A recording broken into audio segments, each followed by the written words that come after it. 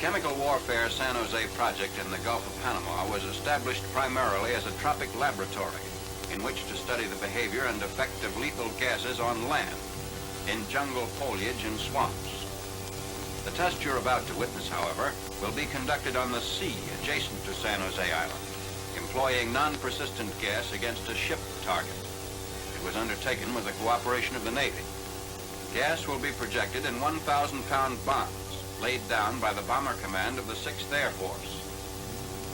It's well understood that gas would be of small value against ships in action due to the wind velocity caused by their movement and their evasive maneuvering.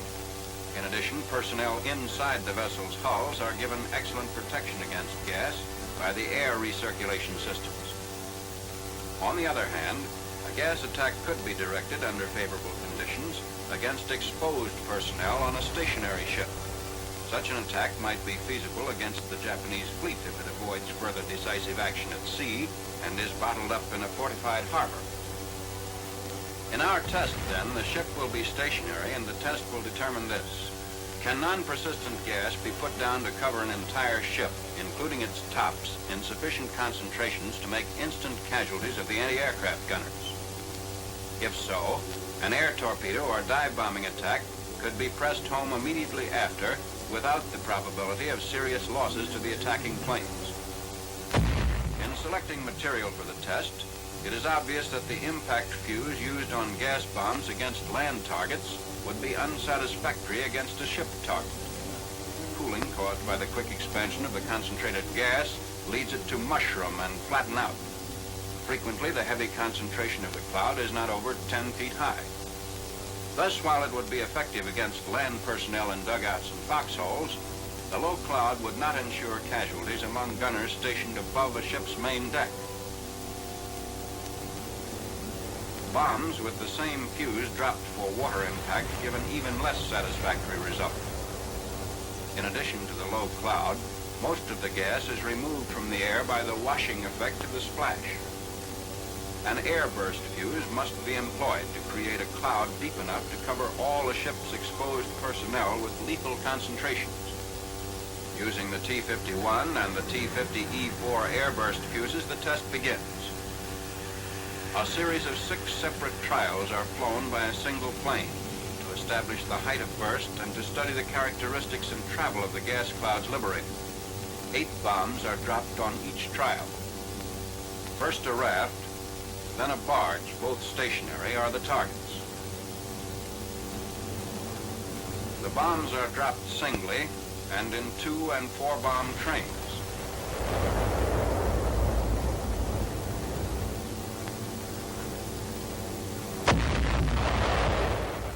From these tests, it is established that the T-51 fuse is superior to the T-50E4, that the average height of burst is about 75 feet, that the gas cloud does not immediately drop and mushroom, but remains as high as the superstructure and tops of the ship for some minutes.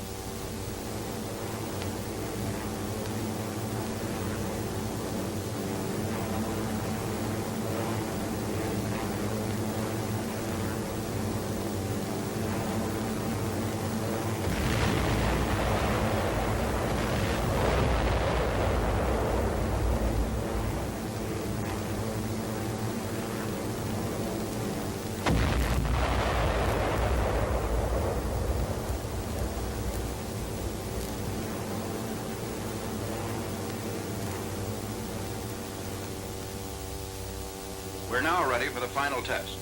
The target is a ship's hulk with 2 barges moored to its stern, 700 feet overall. This gives a length of target equal to the Nagato class of Japanese battleship. From a tug, goats are loaded onto the target ship to represent Japanese personnel. 10 testing stations are established on the ship at locations where anti-aircraft weapons would be expected. The stations are placed at bow and stern, at different locations on the main deck, and at varying heights above it. Each station consists of a gas concentration sampling instrument, 1 unprotected goat, and 1 goat protected by a gas mask fitted with a Japanese Navy gas mask canister. Several unprotected goats have been placed on a guard boat, which takes its place 800 yards downwind of the target ship.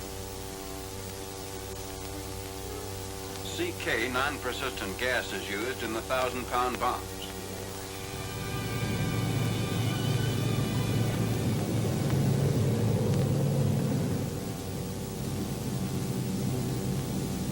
Eleven B-24 bombers make up our squadron, to which are attached 2 planes for observation and photographic purposes.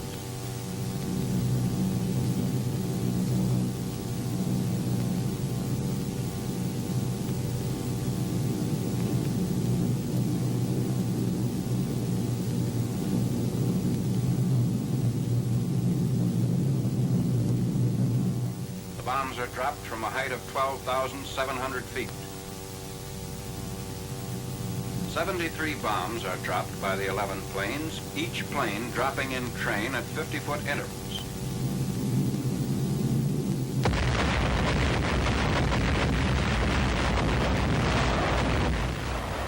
The 11 fuses give ineffective high bursts, and the bomb release mechanism of one plane initially jams, causing a delayed and ineffective oversalvo.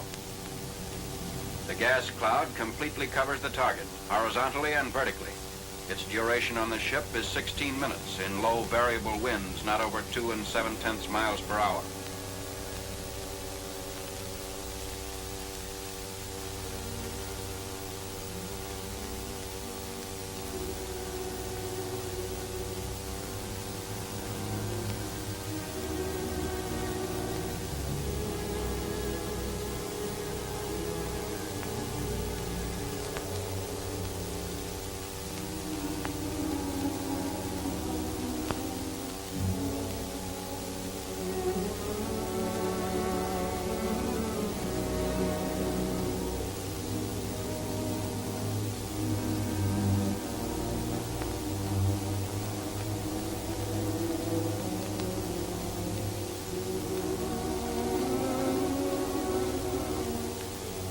On the target ship, all unprotected goats, no matter where stationed, are killed. Also, all unprotected goats are killed on the guard boat stationed 800 yards downwind of the target ship. 30% of the masked goats are killed.